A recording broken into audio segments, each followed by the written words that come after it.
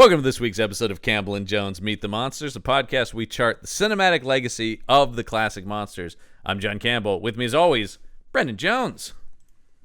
Greetings, John. Will you not join me in the night and take my gift of eternal life? Oh, man. Oh. I'm speaking like every character in this movie. Boy, oh boy. If you Except for the girl. Yeah. Who's speaking, who's just terrible in a totally different way. Oh my God. Man. Oh, here is a movie. We're talking about, this is 1997. We finally entered 1997, Brendan. I know. What a year. What a year. I'm currently in San Francisco. That's 97. I'm in San Francisco waiting to move to Los Angeles. There you go. And There's the Brendan Life update. You probably rented this movie, right? No, but being a full moon feature, as it is, a Charles Band production, I am so familiar with the cover art. And at the time, I was, because this was a release direct-to-video, and I was the video buyer at Virgin Megastore, so I remember stocking this one when it came out. Well, and like we've talked about, I being a young lad at the time, walked around the video stores and the horror. Would you call yourself a wee nipper? I think I would at this time, yeah. But every full moon art, same thing. It stands out to me being somebody who would. I was a lonely little nerd, of course, with my movie obsession, walking the aisles of the video store though, and listen, even as a kid, going, that's cheap, ignore that. But like, you would see a ton. I would have to go through so many full moon titles to get to the movies I actually wanted to watch. You got to pile through all the subspecies and vampire journals before you get to Near Dark or whatever. But their aesthetic again is at least easy to spot, literally from a room away. Oh, I would be able to scan covers of boxes and know which were the full moon. Well, and now with my career and stuff now, they are omnipresent at comic conventions. So I always see them, their tables and stuff at conventions, and it's always like, nope, as I go past their stacks of Blu-rays, and they're always dirt cheap, of course, and they're always trying to sell you like a 10-pack of movies for $20. Yeah, you're like, you can have the entire run of whatever Killer Puppets. Trancers is a big one for them, or is that what? Trancers, yeah, all 8 Trancers movies. Here they are, and you're like, I don't want them. Yeah. But we've talked about it because it's the cover art is like, well, that almost looks like a movie, but there is something off. There is something that's built-in cheese about their entire Puppet look. Master and things like that. Yeah. Oh yeah. Yeah. There's something that seems, and I do understand why they advertised on comics so much. Oh sure. Because at least as the way they promote them, and when you watch them to some degree, they look like these were made for teenagers. Yes. Trying to like, oh yeah, I'm stepping into the horror genre, and their posters look like bad comic art. They do. They're all airbrushed and CG and wisps of fog and large-breasted women. And well, I think we talked about that with the first subspecies. I was like, I don't know this movie, but then as soon as I saw the poster, I went, I definitely saw that on the back of comic books. 100%. I've seen this image many, many times. But once again, as a discerning kid, I was more drawn to, there was something about it still. Because I also remember comics really advertising Dead Alive, which I love. Dead Alive, yeah. Dead Alive rules, and I remember that on the back of them, and of course the pulling the mouth open and great iconic, creepy, like, ooh, that I want to see though. You could tell, and the other one I weirdly remember on the back of the comics, Pet Sematary 2. I don't know why. Yeah, that was I like, wasn't buying floppies by the time that came out. That was just a few years now. Yeah, that was... Oh, no, I'm thinking of the remake. You're talking about Pet Sematary. I'm talking about Pet Sematary 2 from the 90s. These are the ones I remember in the 90s, because Universal Soldier was the other one, too. Oh, Universal Soldier and Toy Soldiers. Yes! No, Small Soldiers. Sorry. Oh, no, Toy Soldiers, though, too. That was the military academy action movie. That's right. That was advertised so maybe as well. Anything with soldiers in the title.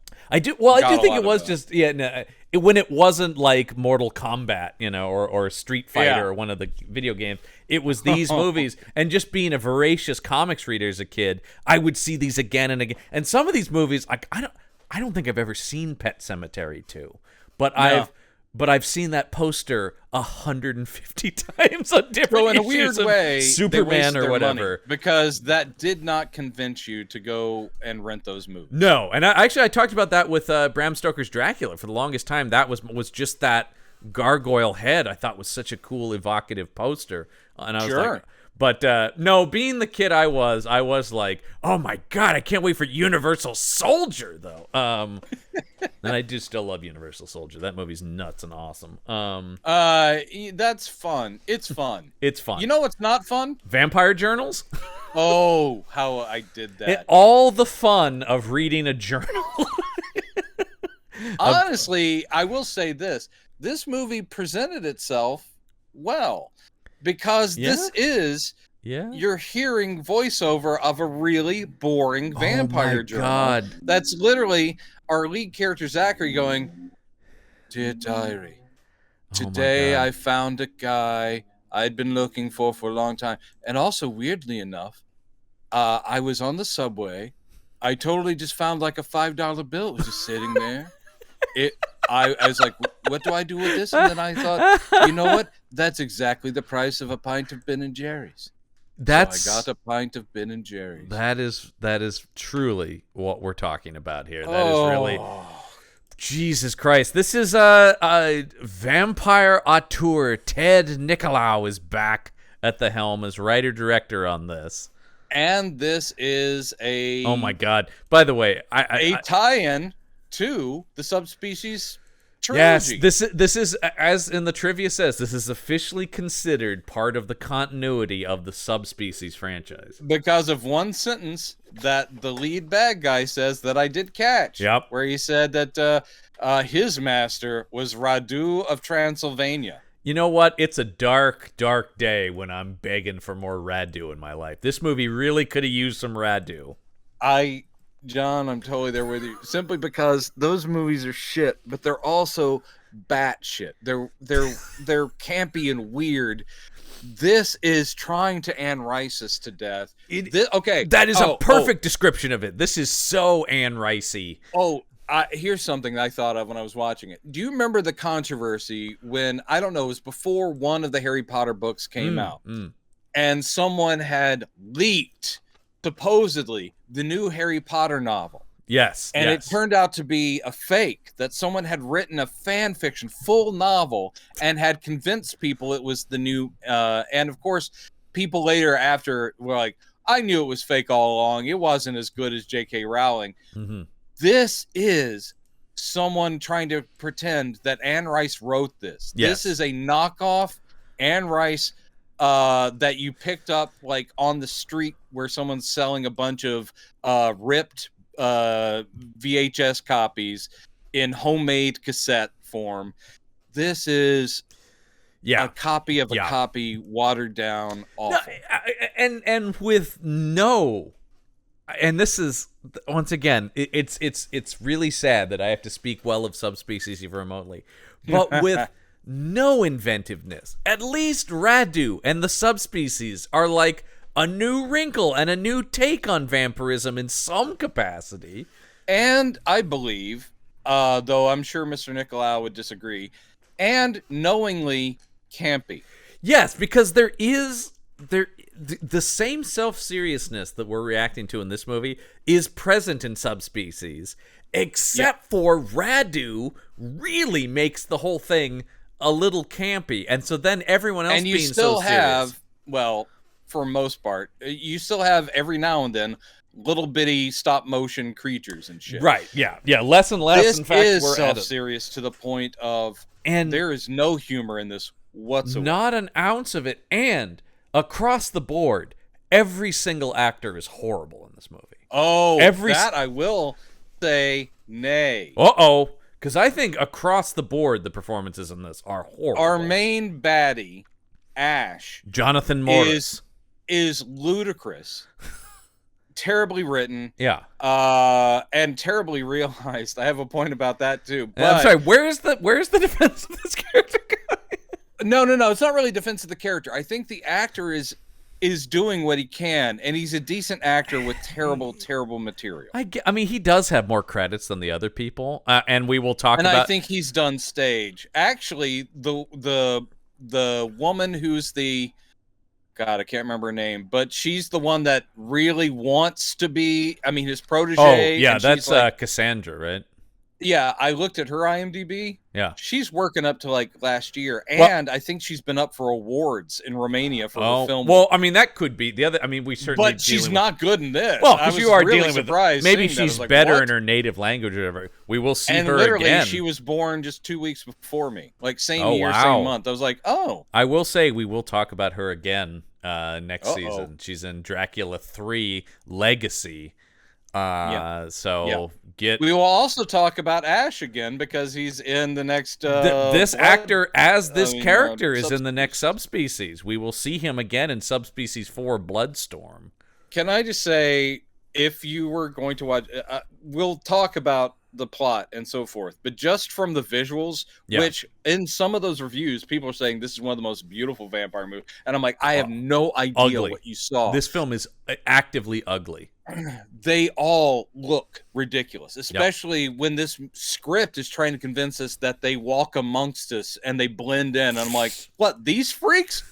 Why the hell would that lady be like, Zachary, I'm so glad to see you again, you obvious vampire? The shot where she's playing the piano on stage and looks into the crowd and we see Zachary, like, vampire right there in the third row. Got him. Clocked him. There he is. Based on the visuals, if I had the sound off, which I kind of wish I had. I don't know that it would be much better, but I would have thought this is a movie where Tommy Wiseau, a vampire, is tracking down Julie Haggerty, vampire. And they're fighting over Alexa Davalos, who was on 100%. This is Ash looks like Julie Haggerty in man form with that hair. I just kept thinking, I wish I could dub in Julie Haggerty voice for this movie. I will say also, Tommy Wiseau would be a lot more fun in this movie. He would be. He would also be crazy serious, but in his unmistakably bad and enjoyable Tommy. That's the thing.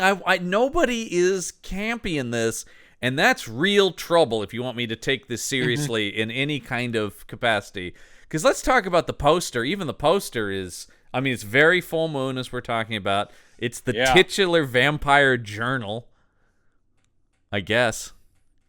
It's a book. With skulls on it. Whoa. Whoa. I like the idea that a vampire, okay, he's immortal, whatever, and he's been around for hundreds of years. If he's keeping a current journal, would he be like, do you have anything with little skulls on it? You got anything? Because I can't just be writing in like a little leather bound or a moleskin journal. I need. You're really giving him an accent he doesn't have. It's more. No, that's right. Actually, our main guy, Zachary, is not trying for European, even though he's ancient. This is David Gunn. And did you look at his IMDb? No. He is from... Because I didn't care about him at all. He is from right here, sir. Gresham, Oregon native David Gunn. He's from just down the street, basically. Well, he has... This is one of 5 credits total for his career. Oh, he was uncredited in his last one, The Grave Dancers. That's not good. The iconic Grave Dancers, I think. The classic with Dominic. Wow, and he's another March baby, but he is 3 years younger than me. Good for you. I just don't like that he's from my home state. I'm sorry, man. I'm sorry. Oh, he's from Gresham, though. That's. Wow. Sorry. Coming in hot. Well, yeah. That's right. John is putting his foot down about Gresham, Oregon. I mean, it's not the best part of the area. I'll just leave it at that. Not the worst either. It's just a suburby. It's all right. So let's. Jesus, this movie. Yeah. So anyway, we've got that, and then we've got some still photos here from the movie. It's a dumb poster. It's very full moon. That's almost a throwback to the old Hammer days where they had the insets. There's also the idea that you would have little boxes of this is in the movie. Do you like these little spiders that are just crawling away? I just love the idea of we just need to spooky it up a little bit more. Yeah, because a journal by itself, just a book, no one's going to be excited. But it's also emanating some sort of evil steam from it. Yeah. Boy. This I will say they're not bearing the lead. That is the movie we're looking at. This thing also clocks in at a healthy 82 minutes. Mm-hmm. Thank God it's still too long, but even at 82 minutes, stunk. This thing reeked. I will take any of the subspecies over this. Really? Wait, hold on. But isn't this one of the greatest vampire films ever made? According to for the love of God. Okay, so this is something. Maybe we should hold off. Well, we have talked about there is a full moon audience. There would have to be because they keep making movies, right? Yes. But yes. The full moon devotees, we'll talk about more as we get into it. But yeah, similar to I think on the subspecies movies, there's that too. These people who just are way into this mythos and stuff, and I feel bad for. I want to go like. Guys, I can show you a lot of other better vampire movies that you can get just as into. There's a lot of other better vampire. That's all I can think about is you must just not have access to other vampire movies because, good Lord. Or it just fits what they want. Yeah. And if this is what they want, I'm sorry for it. I do think this is a reaction. In other words, I think even Nicolau is reacting to the shift. And we, having done this as long as we have and watched movies from the 30s, now we're into the 90s. What is vampire and what the fans want has changed a lot. True. And at this point, we are deep in Anne Rice territory where she and the success of her books and then the movie Interview with the Vampire has base, and then of course it did bleed over into you get your Angel on Buffy. And I was just gonna say this even though they're basically contemporary, this thing really reminded me of Angel. This character, and this is very similar to Angel, though not inspired by. Because like I said, they come out like a month apart, actually. No, I know this is a self-hating vampire who is out to destroy other vampires. Of course, Angel was not the first of those, but. He certainly became the most ubiquitous and one of my favorite characters in that whole universe. Because it's well done. Yeah. And it's played by a good actor. It's well written. It's well conceived of. Yeah. The creators are aware of tropes and they play against them often. And here they are leaning into them so hard. And it is like a Hot Topic store just exploded somewhere in Eastern Europe. And it is self-serious, gothy vampires who are dour and very either stylish or want to be stylish. Yeah. And the makeup here, again, it's bad. Atrocious. There's no way these people could walk and talk with mortals where they wouldn't go, "Oh, you're a fucking vampire, aren't you?" There's a whole credit in the very long opening title sequence. That talks about like the so-and-so and the Full Moon FX team. I'm like, no, get out of there, makeup. Don't take credit. Don't label yourselves as like, yeah, they're our guys, because they are stinking up the joint. They sure are. This is far from your Tom Savini's and Greg Nicotero's. This is bad. They also made a choice, which I've seen even very good vampire movies occasionally make, that I despise, as to where are the fangs placed? This is a real nitpicky thing. Yeah. We have canines. Yeah. And they are like the fourth across your top, right? Right. And they are the naturally pointy teeth. Right. So that's where I want fangs. Right. Instead, this movie positions them right next to the front teeth. Isn't that the same from Subspecies? I think Radu has those same fangs. Yeah, I mean, if you're gonna go totally batshit and do a Nosferatu where it's literally the front two teeth, which would be like an actual bat, that is I don't like that. These fangs are reminiscent of. I also don't like that design on Radu either. But nobody has crazy, stupid long fingers here, which is a bummer. So yeah, I know. I wanted those back. This is just like, it's almost like Ted Nicolau going, oh, you laughed at the Subspecies movies? Get ready, because I'm going to give you a dark tragedy of a vampire movie. This is where things get serious, all right? There's no fun to be had here. This is what it's really like. Yeah. Jesus. This took me places that I wasn't prepared for, John. This thing really. I don't know about weirdly in his life outside of Full Moon, he directs like making of things for good movies. Ted Nicolau. Oh, yeah, isn't that weird? I mean, for that, and I don't mean to disparage anyone that does that for a living, but yeah. That is just kind of following people with a camera and then editing well. Yeah, you know, I mean, that's he worked. I think he can carry a camera and follow people. So that's something that he does plenty of that here. And by the way, in between since we last saw him, he's directed Dragon World, Leapin' Leprechauns, Magic in the Mirror, Spellbreaker, Secret of the Leprechauns, and Magic in the Mirror Foul Play. Wow. Now, Dragon World becomes its own franchise, and we can talk to a friend of the show, Mike Gergoni, who's very well versed in the Dragon World mythos. Holy crap. I don't want to even know that there is a Dragon World. Yeah, mythos. Nicolau also has his own fantasy franchise as well that he's the spearhead creator of. Oh, dear. Yeah. Oh, dear. I'm not sure. By the way, Mike Gergoni has seen them. I don't know that he's a fan of them, but he does know of them. In other words, his interest, like ours, with the monsters, is broad enough to where he's like, yeah, I'll watch it because it is about that. Yeah.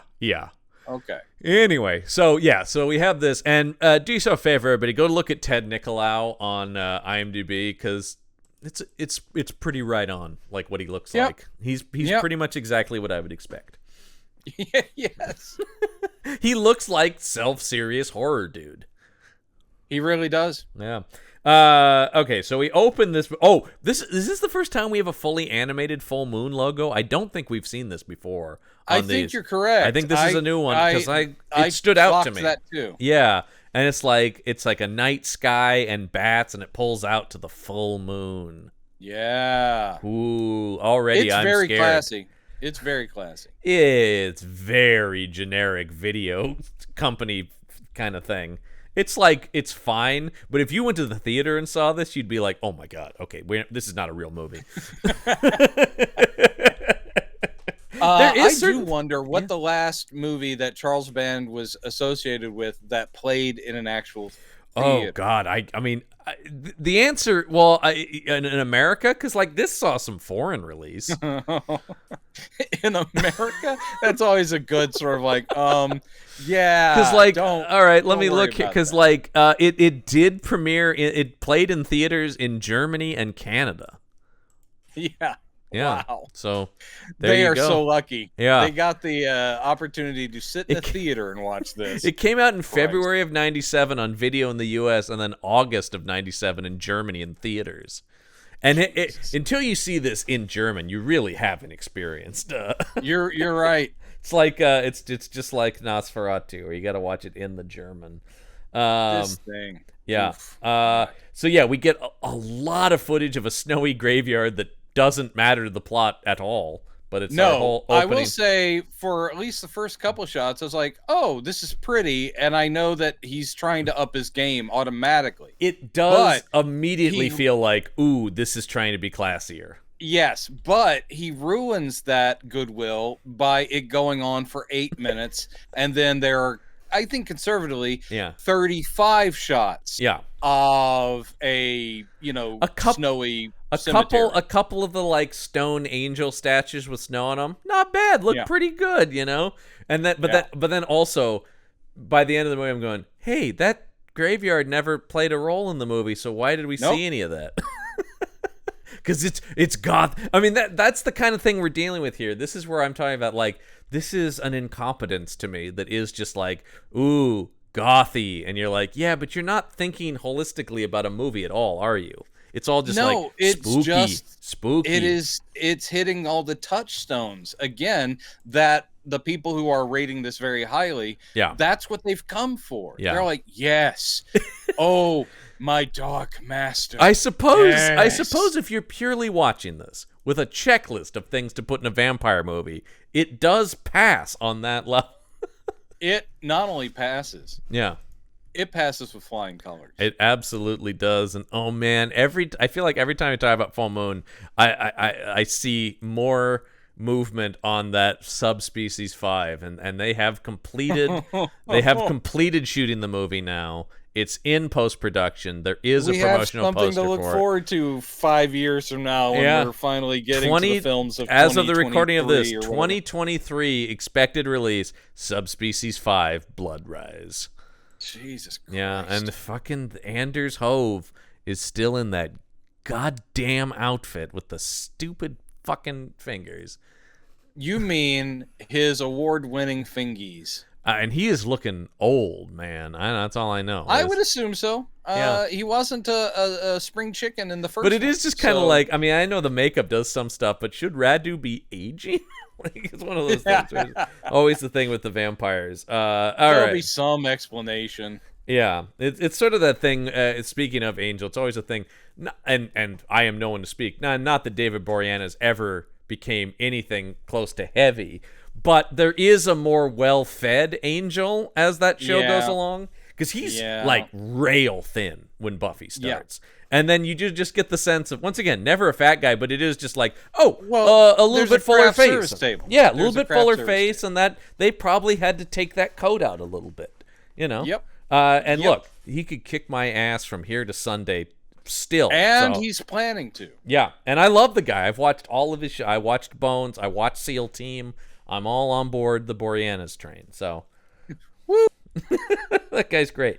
This movie could have used anything close to his charisma or gravitas. Jesus. This film could have used an off switch, is what it could. Well, and immediately here, so we go from the snowy graveyard to, oh boy, I'm just like, oh boy, Ted Nicolau pretentious, when it's just these shots of this woman spinning in her dress in this old home, and you're like, oh no. I was like, oh no, he thinks he's making an art movie. Oh God. He does. Oh God. And that is truly, we've talked about, like, that is probably the biggest sin these movies can commit, is thinking they're important or insightful or philosophical in any way. That's the worst thing these monster movies can be. A lovely woman in a flowy, diaphanous thing, and she's spinning.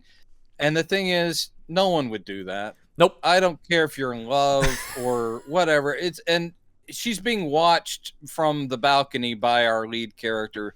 But does she know she's being watched? Doesn't appear. So on her own, in a very moonlit, it's like chamber that has a huge piano in it, she is spinning and spinning, and then he vampires up behind her and bites her throat, and of course her top has opened because Charles Band is still a guy. Every single, like not every single, because it's keyword isn't.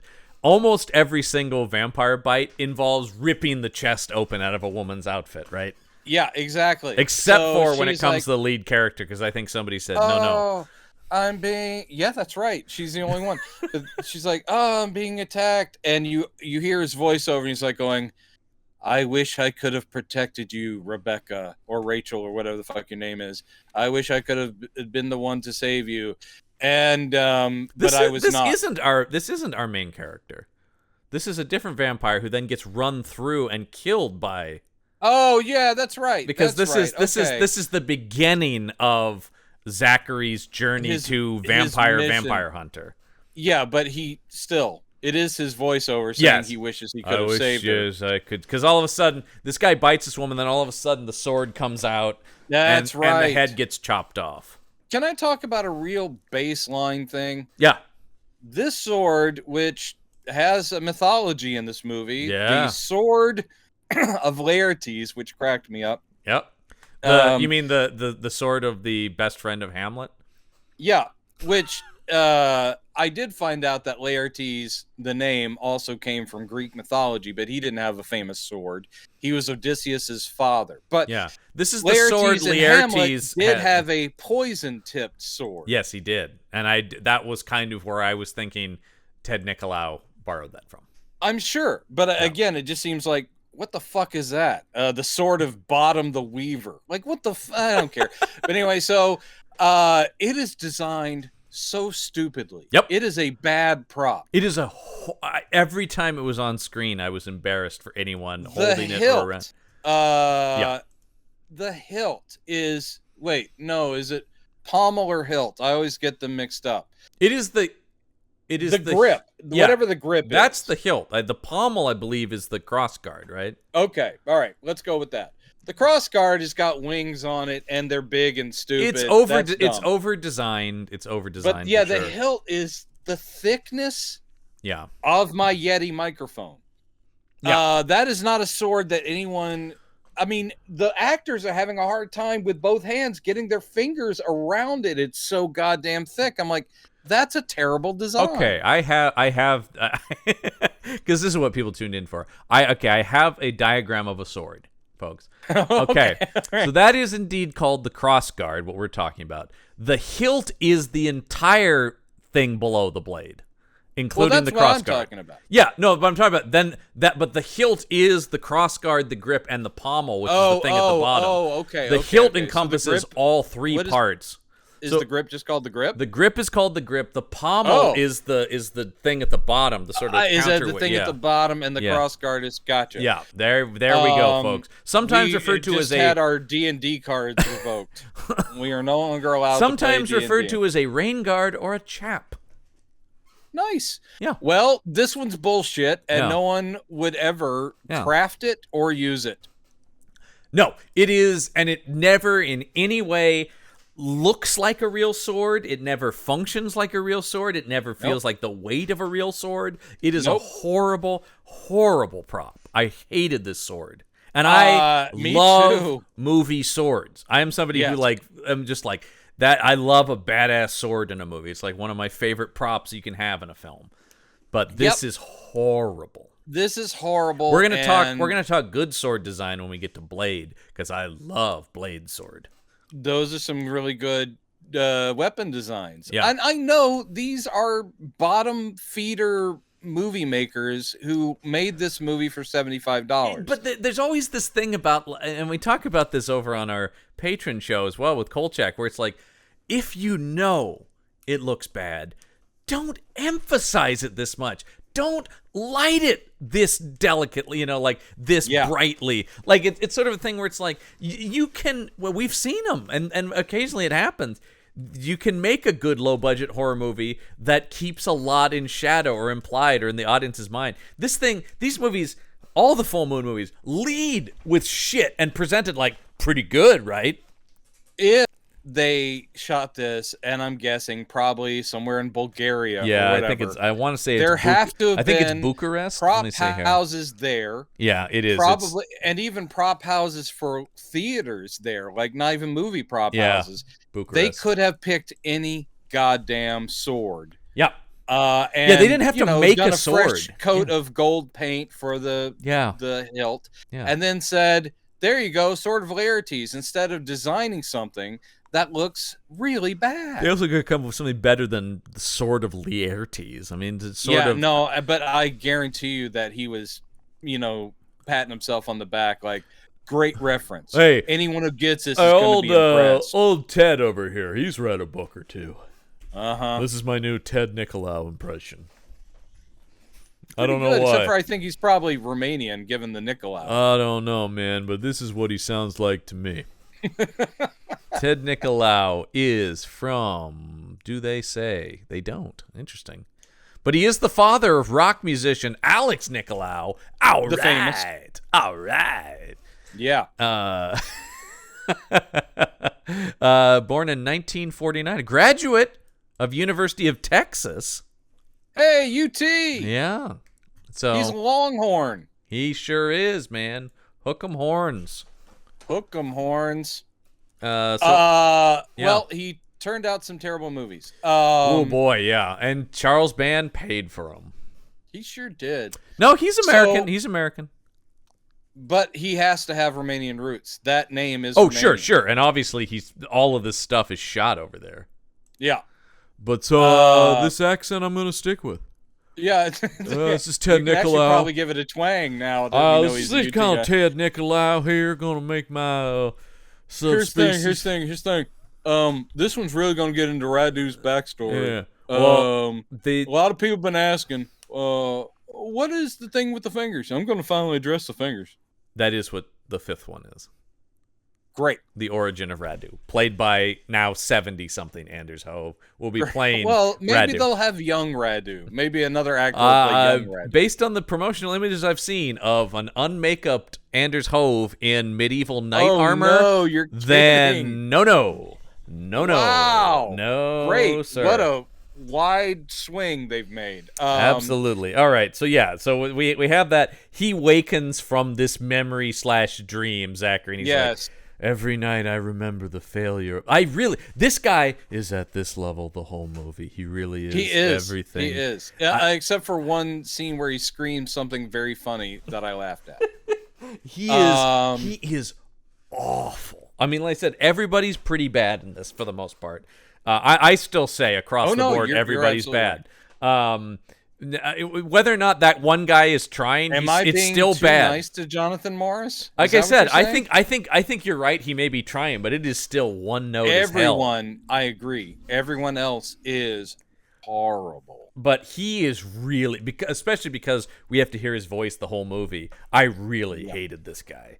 And so he's talking about. He goes, "I may be a vampire, but I spend my life hunting them and killing them because you're like."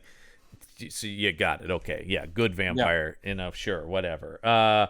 So yeah, he's it's so weird because the woman at the beginning is dancing by this piano and now he's sneaking around this concert hall and watching a different woman play the piano. Yeah. This is a little confusing because he goes, I have come to Europe seeking an elder vampire that I will kill next. He's my new target. He is Ash, the music lover.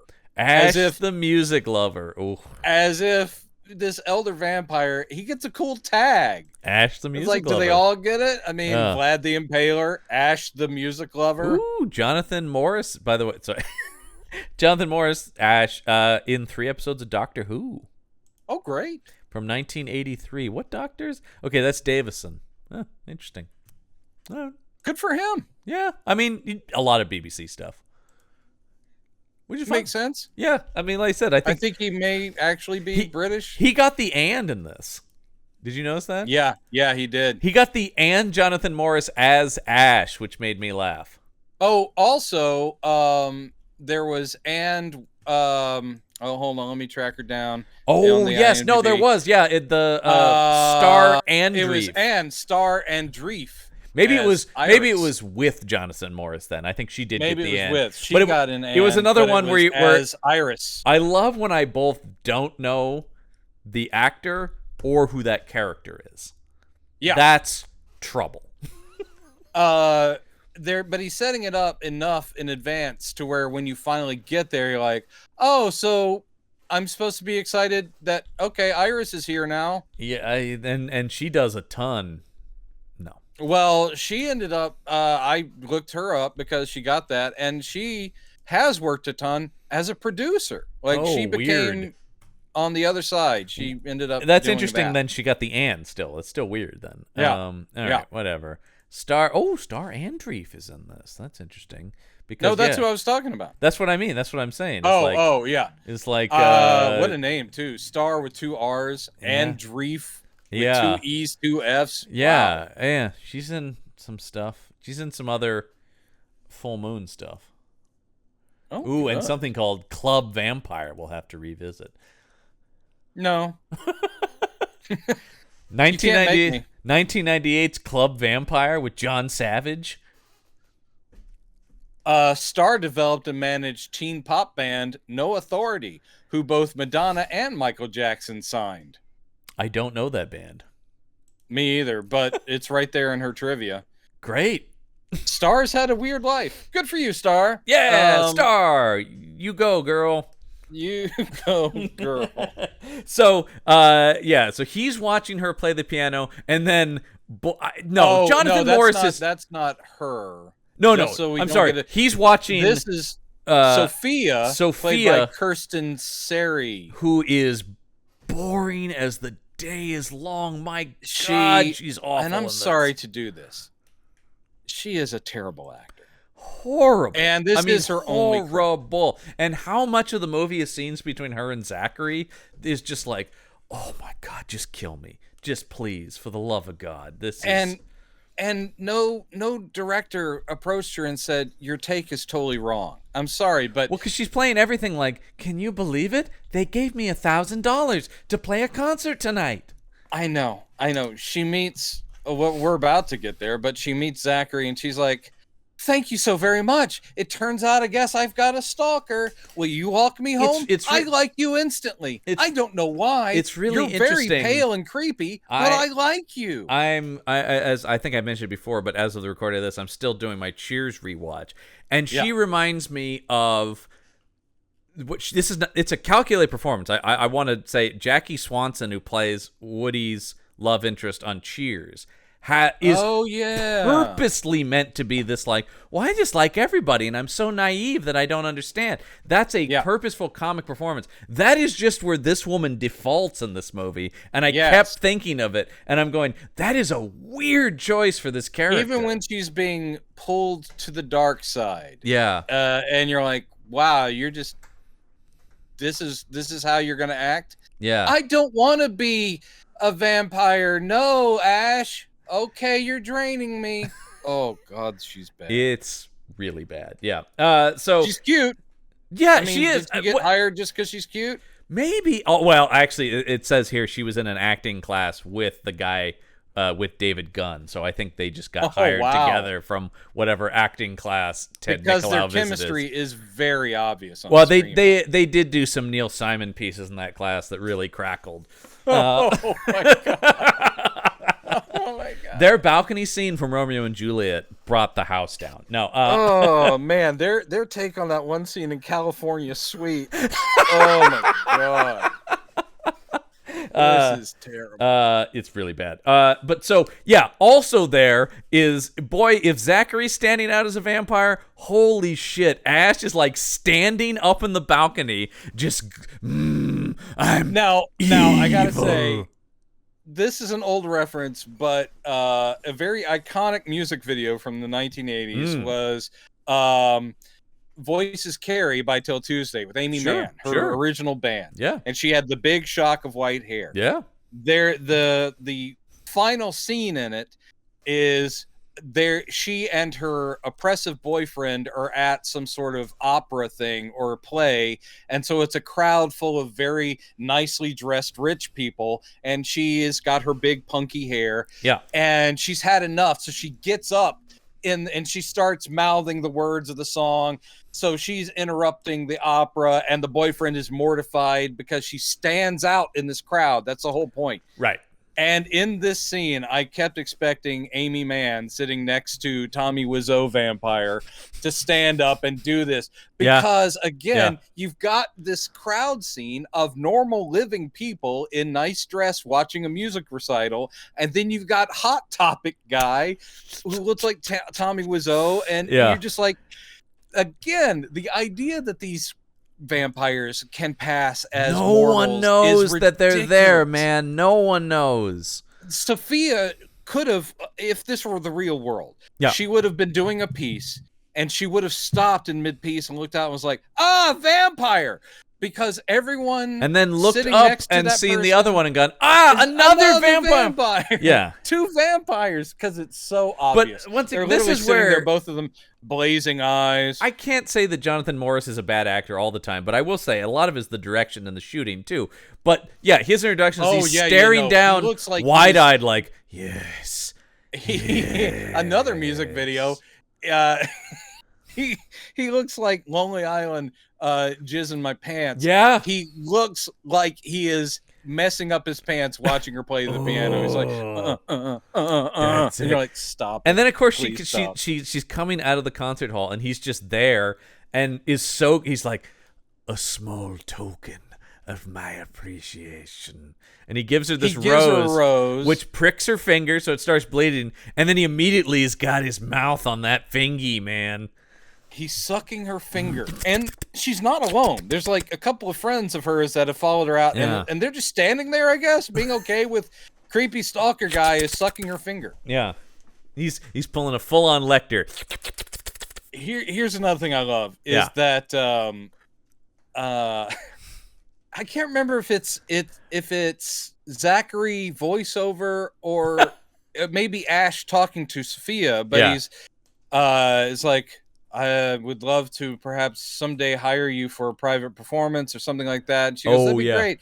And he goes, here's my card. I have run a place called Club Muse. Club Muse, movie. Which is, by the way, he gives her the card. This is Club Muse, and it's the most ramshackle, like, homemade. It's a blank card with very plain print that says Club Muse and an address. Dude, he just got a brand new HP printer, and that looks really good. And by the way, did he take it back like Dennis Miller and Bordello? But actually, that's my only one. Let me just... Okay, there it is.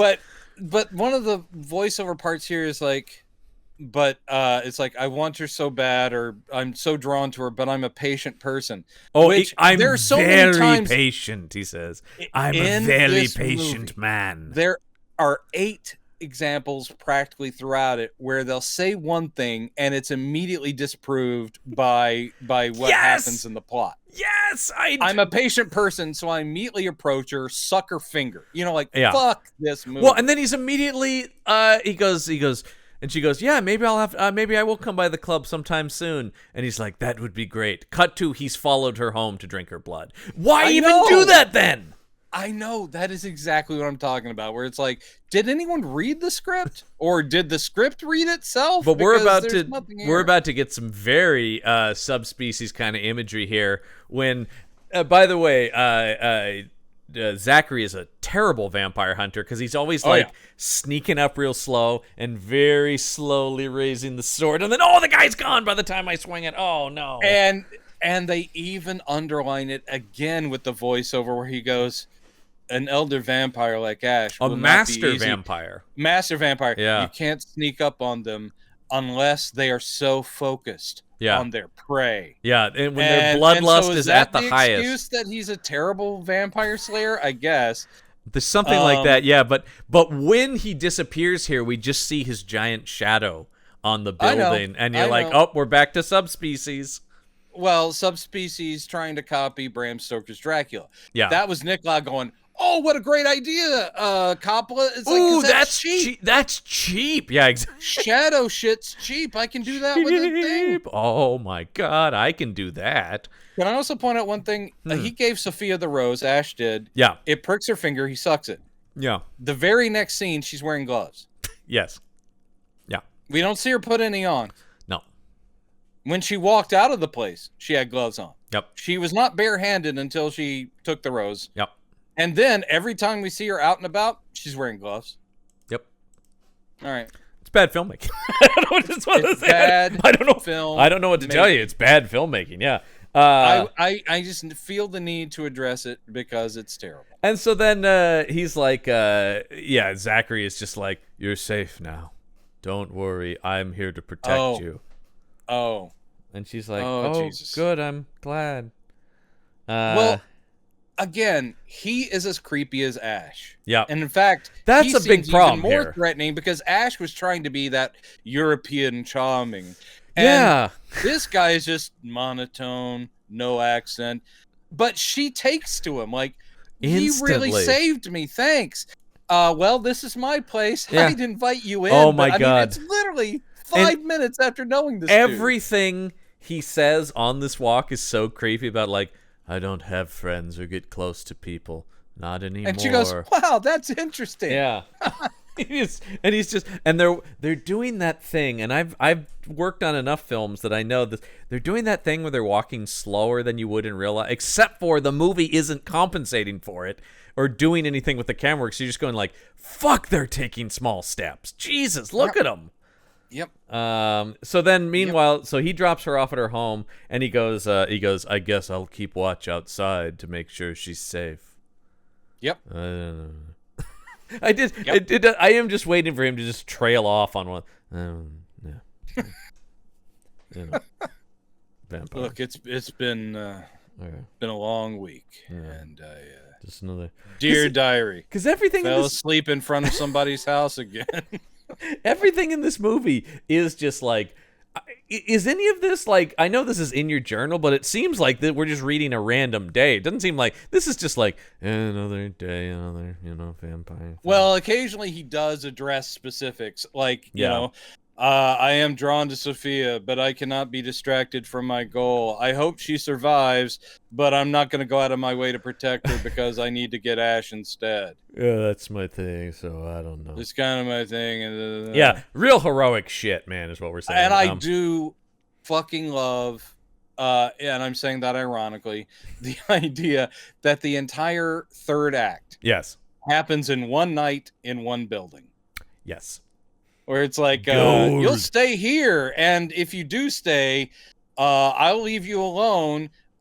Just give me the sword. You can stay here the night, and you can meet Sophia. Mm-hmm. Oh, great. That's all he wants. For some reason, it changes. I don't want to kill Ash. I just want to protect Sophia. And then he's like, but here, go in this room first and be tempted by this woman who wants to give you her blood. Yeah. Well, let's talk about let's go to Club Muse as you bring it up there, because we follow Ash back to Club Muse. I do love when later when he goes, I had to follow her to find Ash's secret hideout or whatever, and you're like, the club he's handing out cards to? How is that secret where he's... hideout? You mean this pretty public place where it's not just vampires, it's a club, and there are mortals there too. This does a great cheap thing though, where it's implied there's a bunch of people just off camera with the sound of like a crowd. I couldn't stand that. We do a thing on stage which is recreating old time radio. Yeah. So we do Walla, and occasionally there's pre-records of audience sounds. Yeah, crowd atmosphere. And that's fine for crowd atmosphere. Yeah. And that's fine for a live performance of radio. Well, especially one where we're primarily doing audio and it's about creating a picture in your mind, right? But this is a movie in which all the extras are mouthing stuff, which is what extras generally do anyway. But when they've loaded in their pre-records of Walla, it literally sounds like someone off camera has their finger on a needle on an LP. Yeah, it does. And it's party sound effects record. Because we're seeing like 5 people, but it's like, oh, well, if we were to look over there are 20 people. But no, we don't want to, though. That's not where the story is. And the random clinks of glasses and stuff. And I'm like, you're not fooling anybody. This is as artificial as artificial gets. This is where we meet his... I don't know what the relationship with this woman is exactly, because I like familiar, but really manager. They keep talking about she's the manager of this club, but really just the manager of his vampirism, it seems like. I think she's his agent, his human business partner. Yeah, who tolerates the vampire shit. Yeah, because she does go like, "Look, man, I look the other way on a lot of stuff, but do not jeopardize my club, buddy. I've got important people in here who all have accents that are hard to understand." And this begins. I never fully got a grasp on what this is. The weird business subplot with Anton, who's stealing from Ash? Maybe. He's betraying him somehow. There's also a military colonel guy. That's a separate thing. And then even better is the Ash has a lawyer where he goes, well, you can talk to my lawyer about that. Yeah. Set up a meeting with Anton and my lawyer. And it's the same thing I love about the Devil's Advocate, where Satan is worried about the business of this law firm. Yeah. Like, he's Satan, but he is like, I don't know, if we don't get more clients, and you're just like, why do you care about whether or not this is a successful business, devil? Man, and here's, you obviously don't know the workings of the mind of Satan. I don't know, man. I have seen all of that surprisingly long movie. That is like one of those where you're like, I have a soft spot for. I also enjoy it. Shit. I also enjoy it. I do think its length is what hurts it. Once it gets over the 2-hour mark, it is a little bit like, all right, this is a little long to be enjoyed on a silly level. But you talk about once the extremely weak chain that's been keeping Al Pacino in check finally snaps, then I'm all fucking in. Oh, that last devil monologue he gives is one of my favorite things in cinema, really. And you talk about 2 guys who are just in. Him and Keanu are just la la la going at it at the end there, you know. Keanu, I can. It's always you could take or leave with Keanu, but I think he is just as bonkers in that. The top bonkers level of Keanu is not the same as Pacino, but no. Similarly, it is two guys who I think know the material is pretty wild. Yeah. All right. So he's walking around. We're setting up. I don't know what the deal with this general is. The general's gonna end up killing a woman, and they can use that to their advantage, basically. Well, what we're led to believe is that the people. I never could figure out if the mortals knew that there are vampires here. But I'm surprised Nicolau didn't get another reference here and have somebody go, "What fools these mortals be." Oh, perfect choice. But they don't use that. Yeah. But essentially, it's also kind of a brothel because definitely. The colonel really has taken a liking to that one of our women on this show. We can't get away from vampire brothels for some reason. We can't these last few weeks. Why would we? We'll see. We'll see about next week if there's one that sneaks in there. But apparently, when he takes her back to one of the rooms, and I guess to have fun, he takes a little far and kills her. And what's more, literally kills her in a bloody way, which means he is not a vampire, but he's apparently. But her throat is torn open. Yeah, I'm like, wow. I do get that powerful people are often shown in these movies. Rich and powerful people, it's like they've got some kink that's violent. But maybe it's usually they beat prostitutes up or something, and or that's horrible. Choking. It's not usually like a gory cutting stab. I mean, maybe, but it seems like he tore her throat out like a vampire would. Yeah, and they basically come to Ash. Iris comes, is like, we have a problem. The colonel went too far. He's like, I'm sorry. We were having a good time. I've killed her. I killed her. Oops. And then they call Ray Donovan about. No, I'm sorry. They go, don't worry about it, but they are going, we've got something on you now. Yeah, and but basically nothing it's like, comes of that plot. And no, nothing. And then they're like, and now that they get him out of the room, like, well, it'd be a shame to waste all this blood. I know. And they're like, drink up, everybody. Except for Iris, who is a human, and is like, oh, you guys are disgusting. I'm getting out of here. Fucking vampires. Fucking vampires I have to work with. Ugh. Yeah, the one thing I hate about this job, all the damn vampires. Oh, the damn vampires. It always gets back to that. There's always somebody in these movies who's just rolling their eyes at vampires going, oh, like, God. I've been there, done that. You know what, this job would be great if it didn't have all these vampires around. Oh, God. Fuck this. Yeah, it's just, but once again, none of this matters. None of the stuff with Anton matters. And there are like 4 scenes devoted to him going, what did I tell you, Anton? I told you not to do this. And he's like, I swear, I didn't mean, this is the last time I betray you. Yeah, I gotta say, we can skip all the all of that stuff. is, the only thing we'll talk about is when he kills Anton, because that is nuts. We'll get there. Right. We'll get there. Yeah, that actually was close to like, oh, now we're kind of getting to weird, like, funky subspecies stuff that I wish we had more of. Anyway, so he sends, this is the representative is Iris, right? That's his. Yeah. He sends her to offer money for, Jesus, I don't remember anyone's name. Sophia. She's gonna hire Sophia to play the piano a private one-night recital tonight for $1,000. She's like, gee, that sounds great. If you think we are making this voice up, we're really not. We're really not. She is literally like, wow, $1,000. You mean it? Oh, I'll be there with bells on. It's like that. She's in Bucharest by way of Mayberry. You know, I mean, it really is just this like, golly gee, can I invite Wally and the Beeve? It is like that. And she's not a child. She's written like one. She's probably in her mid-20s, but she is a well-known international concert pianist. That's the thing. Who apparently can't believe that $1,000 is coming her way.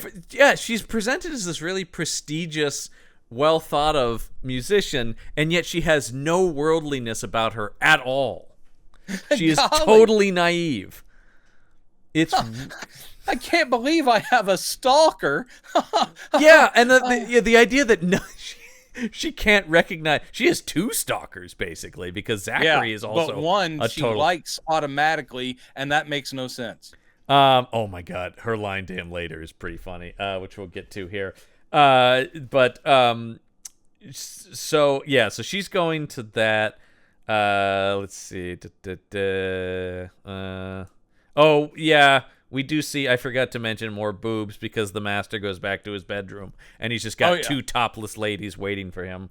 Great. There is a subplot which we also don't really need to address, other than just to state it, and that is the character who we were talking about, Cassandra. Yeah. Cassandra is a young vampire hottie, and she is Ash's protege. Yeah, but he is kind of just like, oh god, Cassandra. Yeah, exactly. He's always keeping her at distance, and she's like, when will you take me out into the endless night? Yeah. I wish to hunt with you, master. When he comes, can I come to your bed tonight, master? When he first comes back to the club from the concert, she goes, maybe you can take me to one of these music performances. He goes, oh, it's really not your scene, Cassandra. I don't think you... No, I would really like to go. Yeah, I don't think that's going to happen. Why does he keep her around? He's just like, oh, she seemed fun, but now she's really, she's really... I guess, yeah. He's like, hey, babe, this was fun while it lasted, but you're like looking for a commitment from me. And Ash just don't roll like that. Baby, don't get hooked on me. Yeah. Okay? All right. Well, give me my space, okay? You're getting a little clingy. He's not doing European. He's doing British the whole time. Yeah, he is sort of just going, like, all right, honey, now listen here. I am Ash. Yeah. I am the music lover. But it is, like, every scene, you're just like, God, this woman is so desperate and sad in every scene where he's just like, we'll talk about that later. Meanwhile, other than I'm gonna Iris occasionally going, you've got to pull her back in because she's out of control. That's basically. And when he does take her out hunting, she embarrasses herself out there. Yeah, and he's like, "Oh, you don't do that on a main thoroughfare." Oh, honey, come on now. A little decorum, please, vampire. Oh, you're disgusting me. This is just. Look at yourself. Look at yourself. Yeah, it's pretty silly. So anyway, now it's nighttime and they're sending a car to pick her up, and she's they're sending a car to pick up Sophia, who's going out to the performance, but Zachary's there going. She's like, I didn't tell you. It's great. They're gonna pay me $1,000 at Club Muse, and he's like, Club Muse? No, you have to come with me instead. Yeah. And then she goes, I like you and you walked me home, but you're not my boyfriend. Yeah, so don't get any ideas, mister. Ha ha, see you later. Bye. And this is when he goes, while I could not save her from their clutches, I did decide to follow her to the secret hidden base. Once again, the secret hidden Cobra base. No, it's just a club that everybody knows this guy runs, the guy who's clearly a vampire. That's the other thing, too. It's like, fucking Zachary, this guy's walking around everywhere. Like, just get him. I know. He's really not hiding. No, he seems to be like a known quantity in this town. At some point, because post him having his first encounter with Zachary, we failed to mention he meets, as in Ash, meets with a witch lady. Oh, this is very much like subspecies. Yeah, I don't know, but the witch lady doesn't add anything to this film. Except for he goes, he is here, the prophesied hunter. Yeah, and she goes, I think how do you know? He had the sword of Laertes. Oh shit! And the sword that used to belong to Ash. Right? Yeah, apparently. Because later Ash was like Zachary in the past. I love that he's like, that's my sword, pal. But at the beginning, in that scene, it's like, oh dear, he's the prophesied one. And so they seem to be intimidated, which again is one of those things that gets chucked out because pretty quickly they'll be like, hey dude, come in. We want to have a meeting with you. And it's like, wait, weren't you afraid of the hunter, the prophesied one? And then later they're like, nah, come on in. We'll talk this out. Yeah. No, I do love that because when she goes to perform her concert, he's just gonna follow her in, and they're like, "Hey, whoa, buddy, you can't come in here." And he's like, "Yes, I can." And they're like, "No, you Iris can't." makes the vampire, Buffy the Vampire Slayer thing. Iris goes, "You are not welcome in this place." And he's like, "Okay, that means I can't come in. I haven't been invited." Thrilling, man. Thrilling. I thought that. Well, I guess the idea this is a private club, because I was gonna say, like, vampires can go into public spaces, but this is a private club, so they can. Yeah. I always thought that was really just about residences and stuff, though. I don't know. I mean, it's all gobbledygook. So what does it really matter? They can do. Yeah, I kind of needed to say it's gobbledygook, but you said it for me, so I appreciate it. It's a bunch of gleep glop. So they, yeah. So but it is just like, here's our hero going, "I'm coming in here," and they're like, "No, you're not," and he's just like, "Okay." Okay, I'll leave. Sorry. Enjoy the show. Sorry. She's a very good piano player. I think he even does go, "Well, I guess that's my mistake then." Walks out, and he's like, "Oh, great! What a great movie!" And we'll get a few, and this is only resolved when Ash is like, "Oh no, you can come in now." Later in the movie, just like, Jesus Christ, what a movie, man. And then we also get, because they want to make it very explicit, he says that, like, "Meet me at my club at midnight." And so he comes in, and Iris tries to do the same thing, but this time it's, again, glum-looking Zachary going, "Ash said I could come." Yeah. All right. I have an invitation. So, back on. Like, you should call Ash, because he said it was cool, so. Yeah. I'm totally cool with the owner. Iris takes Sophia down to the piano, and she goes, "You can start now." And there's no one there. She starts playing, and then they do this quick cut, and suddenly the vampire audience is sitting there going, "Wonderful, wonderful." This is another one where you can feel Nicolau going like, "Ooh, that's good. That's they spooky. Just popped in." That's and also spooky. Sophia is not thrown by that at all. And they're all doing the little golf club. Oh yeah. Well played. Actually, they wait for Ash, who does the slow clap, and then they're like, "Oh, it's okay to clap now because Ash is clapping." Yeah. But then he just after she finishes, he just bites her, and I'm like, "Oh, okay." Well, don't forget, he's very patient. He's a patient man who literally is like, she plays the last key on the piano, and then he's like, "Oh." Yep. And I just thought, oh, okay. I thought maybe there was going to be more tension. And by the way, she's not sent home. No. They just keep her. Yep. So he bites her. We then cut to, well, your question I'm sure we all had as an audience, if Zachary is a vampire, how is he staying alive? Well, he does drink people's blood, but he can't look at them because he's so fucking ashamed of what he is. Yeah, we see a typical, like, this did make me laugh. Lady in her bedroom, and Zachary pops up from behind her bed, and he bites her. Like, he bites her. He bites her wrist. She like wakes up and turns to look, and he puts his hand over his eyes like, no, don't look, don't you look at me, don't you look at me. And then he goes, I will only take what I need. I will not harm you. But it is just like, my secret shame. Nobody look at what I'm doing. No. That's like me with a frozen pizza. I'm a monster. Don't look at me. I was gonna say, this is like, I folded the entire thing into one big piece of pizza. No.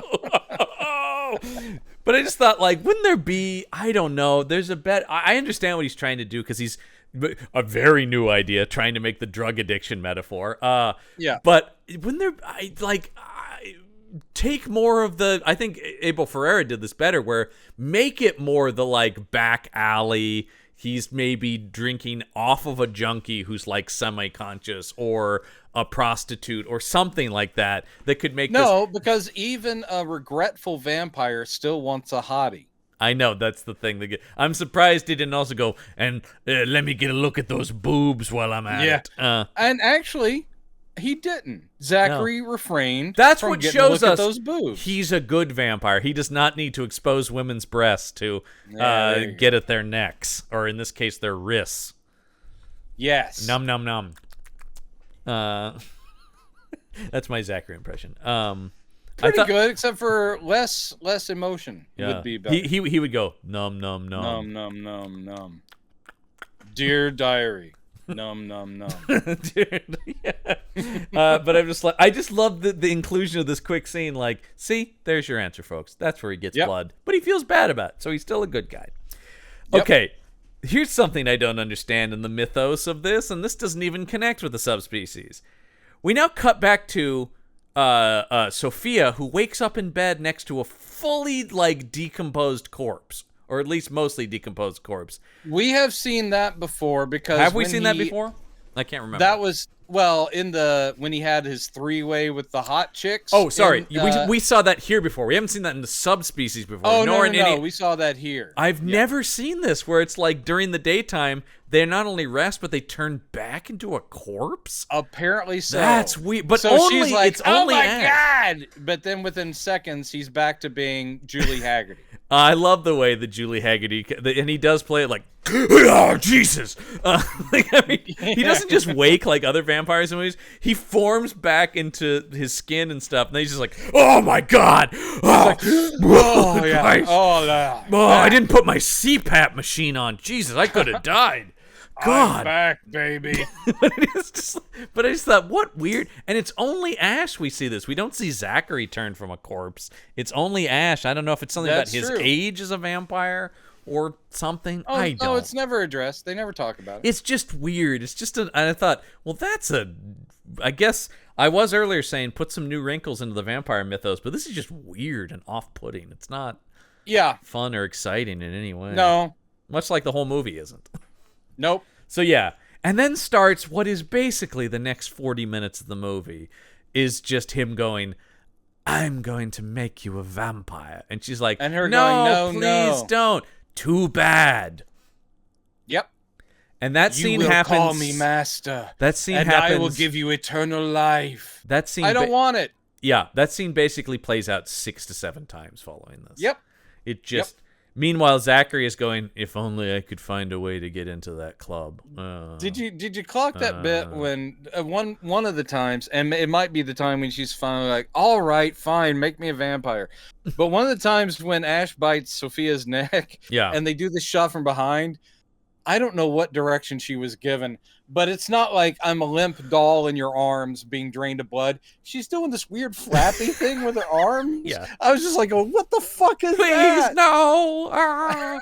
If only I could fly away. They don't do the thing that we're so used to with vampire things where it's like, no, please, no. And then once they bite, they secrete whatever the sort of thing that makes them go, that's the shit. Which makes sense, though, that in order for people not to keep fighting them, it would make sense they would have some sort of paralytic or euphoric thing or something, right? That would be in there. Yeah. That would instead just the idea that she's like, no, it hurts the whole time is weird.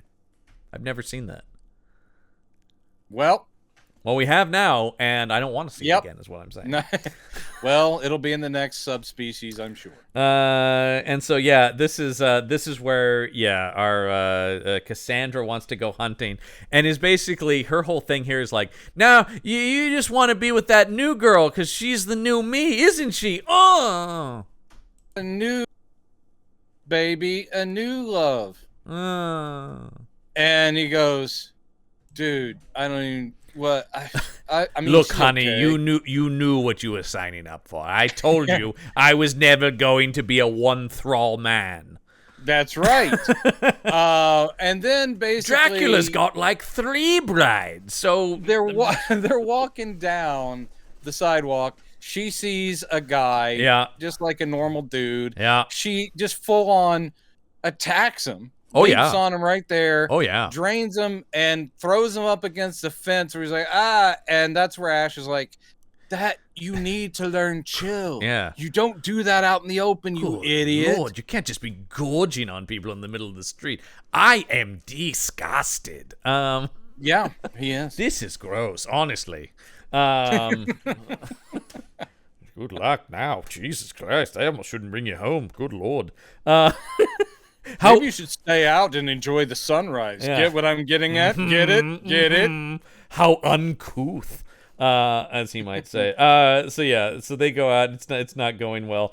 Meanwhile, the other person who's not happy is Iris, who's like, hey, man, I'm cool with you doing like some behind the scenes vampire stuff, but you just like openly kidnapped a well-known woman. We're holding her here. Like, that's gonna draw some. She's coming. She's coming at it from strictly strategic. And like, she's business completely right. Yeah, it's like, look, I don't give a shit about you draining mortals, but here's the deal. Yeah, this is gonna bring the heat down on us. Yeah, they're gonna be looking for this girl, which I like is not actually part of the plot at all. Yeah. They raise it here, and then there is no one looking for her. There are plenty of things that don't pay off. Where's boring immigration guy Mel? Oh yeah. Where's that? Where's the embassy guy? Where's the local constabulary? Oh, we'll get them all. They all come back in Subspecies 4. Don't worry. Yeah. And Ash is gonna. So we're gonna see how this all fits together, I guess. In this, this is like the MCU, man. This is Full Moon got there first. See, this is all connecting. Oh, this one actually takes place before that one. The Full Moon verse. This would actually have to take place before, wouldn't it? The next one, because Ash does, spoiler alert, die in this one.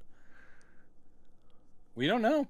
I mean, vampires come back all the time for stupid reasons. I would love, though, if, like, a vampire who died in this movie, it's a plot point in the next subspecies that they bring him back. Would be. And they're like, if you didn't watch Vampire Journals, that's your problem. Editor's note: see Vampire Journals. Is the little as seen in Vampire Journals. There you go. Yeah. Your buddy Charles or whatever, right? It's from Charles Band. Yeah. So it never had to be something like oh god, what would he call himself? Cheeky Charles. Cheeky Charles. I like that a lot. There you go, Cheeky Charles. Yeah. Mm-hmm. Yeah. Anyway, she's upset about that, and he's like, "Oh, whatever. Look, the last time I got a street urchin no one cared about, we ended up with Cassandra." I just love the day he's like, Cassandra's very attractive, and he's like, "Oh God, please not now." But if you're with someone for, let's say, 80 years to 100 years, you just get tired of them, man. Yeah, whatever, man. 3 lifetimes is a lot of time to spend with one gal, am I right? Ugh. Yeah. Oof. Cassandra, am I right? So, yeah, we get the confrontation between Zachary and Ash, where he tells him to... I do like where it's like, we're about to throw down. He's like, no.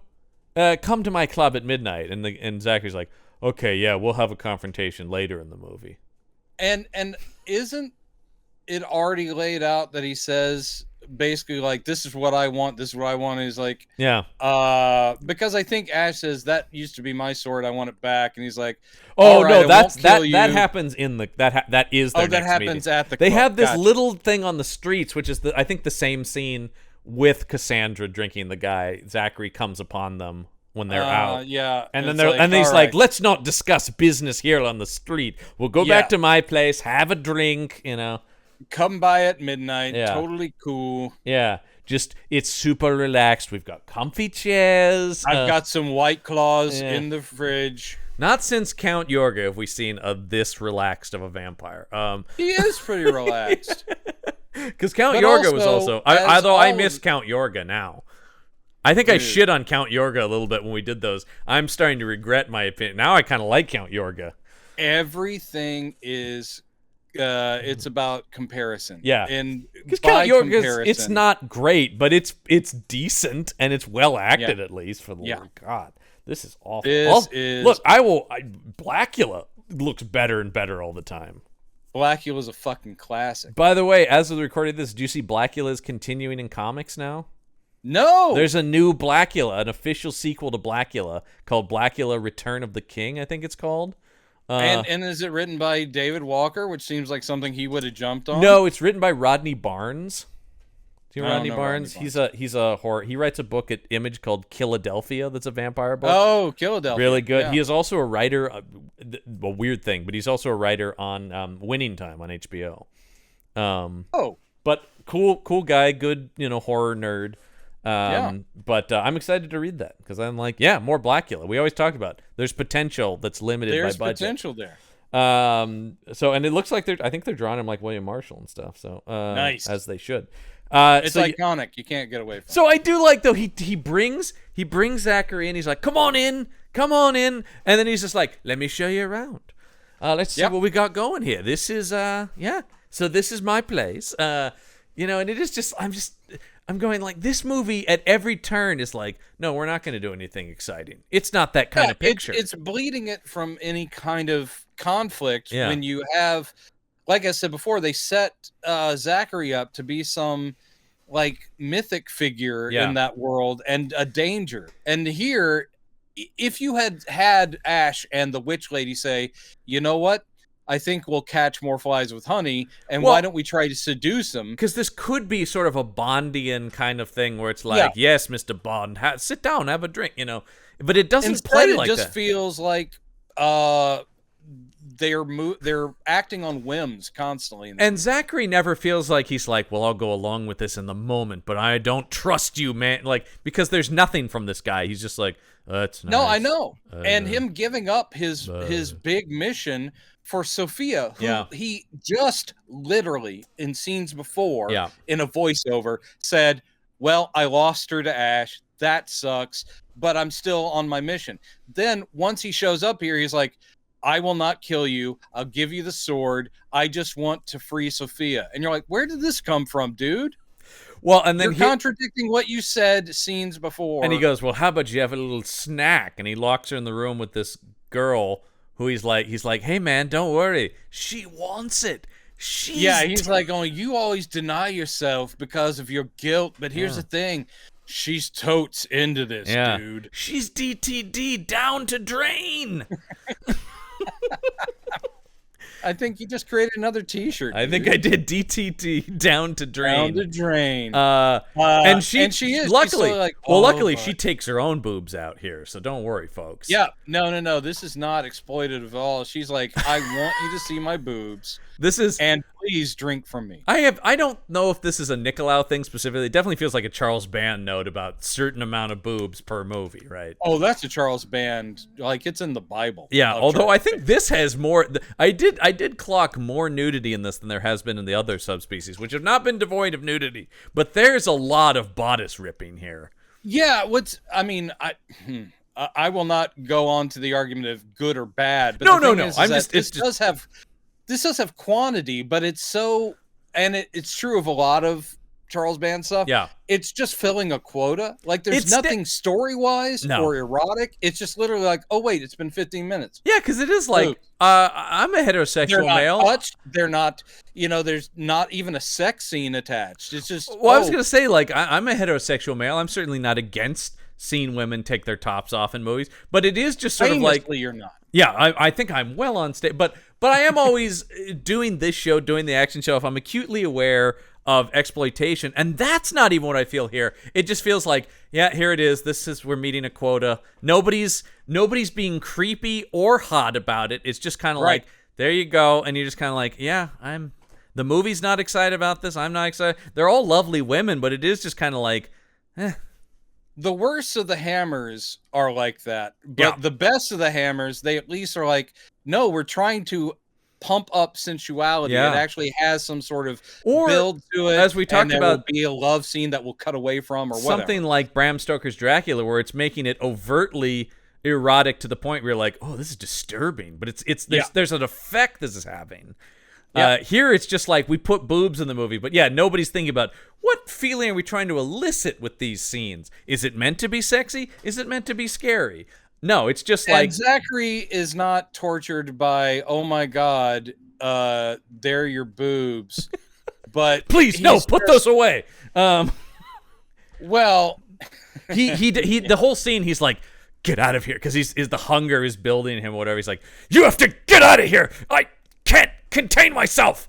This is the part where he does where he tries to act. Oh, that's actually in the quotes. Yes, this is where he ups the thing, and I'm glad it's here because this is where I laughed. She goes, kiss me, and he goes, I warn you, child, stand away from me. And she goes, drink from me, take what you desire, but please spare my life. And he goes, run from me, child, I have no wish to violate your flesh. And she goes, no. And then he goes, run from me now. I also liked I have no wish to violate your flesh. I really did enjoy that. I laughed and laughed. And then she's like, Oh, mate, I want to make this happen. I want this, and you know baby. what? It does happen. Oh, he chomps down. And then when they cut back to this later, it's my favorite where he's like, well, I was satiated, but she still wanted more of it. And then she's going, he's please. got a voiceover. He goes, please. I took less than a cup. I don't need a lot. Yeah. But she just wanted me to take more. And the way it's played is he's like splayed on the bed, like totally filled up, and she's like, and then he's like, oh God, I guess I can have more, but please, I'm so full. And this turns out to be So was all weird. a setup because Sophia, Yeah. who again, can I state this for the record? Yeah. Sophia has known Zachary for a couple of days. Yeah, they've And met she like talked to him twice ever. Yeah. So this is not a great love. I'm sorry, everybody. No, what? They're trying to play it that way. They really are. But she's like, I don't want to be your vampire thrall, Ash. And he's like, yes, you are mine. She's like, I want to be with Zach. And he's like, oh, you want to see Zach? Well, he's here. I'll show you the real Zach. So he takes her and opens the bedroom that Zach was locked in, and she sees Zach macking on the girl. And she's, no, you too. It can't You're be awful true. and evil. That's impossible. It's impossible. And then weirdly, Sophia gets her hand chopped off. Yeah. And this is when Ash is like, and Zach, I am your father too. It's kind of true because Zachary does say, I am from your bloodline. Which is, why not just make the vampire at the start of the movie literally Ash? Instead, it's a guy who Ash was the master of, who is Zachary's master. Something. Why? Yeah. It's one of those things where I'm going like, guys, sometimes these movies are so dumb, but then sometimes they're overcomplicated too. Yeah. It's weird. But yes, we also find out because Ted Nicolau went, I'd be pretty lazy if I just made it that guy. Wouldn't that be when Ash is showing expects? Club Muse to Zachary, he does say, and who was your master? And he goes, this guy you turned, and he goes, ah yes, well, my master. That's where he says the Radu of Transylvania was my master. Ah yes. And then he looks at the camera and goes, get it? I'll see you all. One shared universe. And I'll catch you all in Subspecies 4. Did you stay for the credits where it says Ash will return in Subspecies 4? In Subspecies 4, yeah. Yeah, the post-credits scene where it's Radu shows up. I'm putting a group together. Yeah. You're part of a bigger world. I can't remember exactly the title, but isn't Subspecies 4 Blood Fart? Is that? I think that's right. No, sorry. Wet Blood Fart is actually the full Wet Blood title. Fart. Yeah, yeah, that's the full. Because they were all Bloodstorm, Blood Thing. Yeah, blood, blah, blah. Yeah. 4 is actually Bloodstorm. Bloodstorm. Okay. Yeah, it's the Bloodstorm, baby. And then Blood Rise is what 5 is called. Jesus Christ. Yeah. Look, as long as Ted Nicolau can come up with things to put after blood, they're gonna keep making these. Let's see. Blood Jamboree. This one's not working, Ted. Blood Jamboree. That's Radu having a family reunion. It's a big blood jamboree. Bloodapalooza. Bloodapalooza. I'm calling this Bloodapalooza. Everybody come to my big event. There'll be music and games and fun for the kiddies. Balloons for the kids. Oh man, I'd rather watch that. So, well, I'm actually after this, I'm looking forward to Subspecies 4, really, because it can only be better than this. I'm praying that he didn't do this one and go, yeah, that's what I've been looking for the whole time, and then suddenly Subspecies becomes more of this. So he goes, Ash.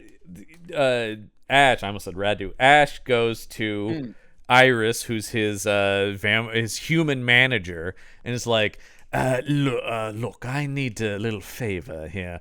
I can't do it, obviously, but if you could, when daylight comes around, if you could just drag Zachary there out into the sun to let him burn to death, that would be really good. Yeah, and she goes, but what about all this other boring subplot that we haven't mentioned? Well, she talks about, she goes, she'll do it if he lets the girl go, and he's like, no dice.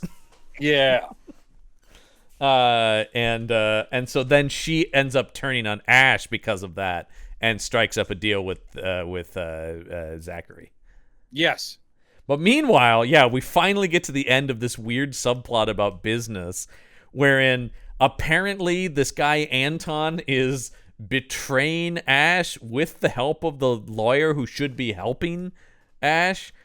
I don't know, but now that he has the Sword of Laertes back, he stabs the lawyer and beheads Anton, then throws Anton's head in the fire. First he picks up the head and it's still talking. And he's going please, I beg you to reconsider. Nicolau, I think, has done that before. He has. He definitely has. So you've got Ash holding the guy's head, and it's like, have mercy. Yeah. And he goes, not for you, and throws the head on the fire. And then dusts his hands and goes, well, that's the end of that. Hope you enjoyed that subplot. And the entire audience goes, I'm sorry, what? Well, some people enjoyed it. I think everyone was taking a werewolf break during all these scenes. It's just a pants zip up, a flush, and then wait, did I miss something? What happened? Are we? What happened? Yeah, that's right. You got the Sword of Laertes now? Great. That's right. Even for 82 minutes, I didn't feel it was worth holding it for this. No. Let me since we're on that, let me read a few thoughts here from I'm ready. Some fans here. I've been preparing myself. From Acid Pluto 1 describes this as the best vampire movie on the planet. And then goes further and says, this is my most favorite movie.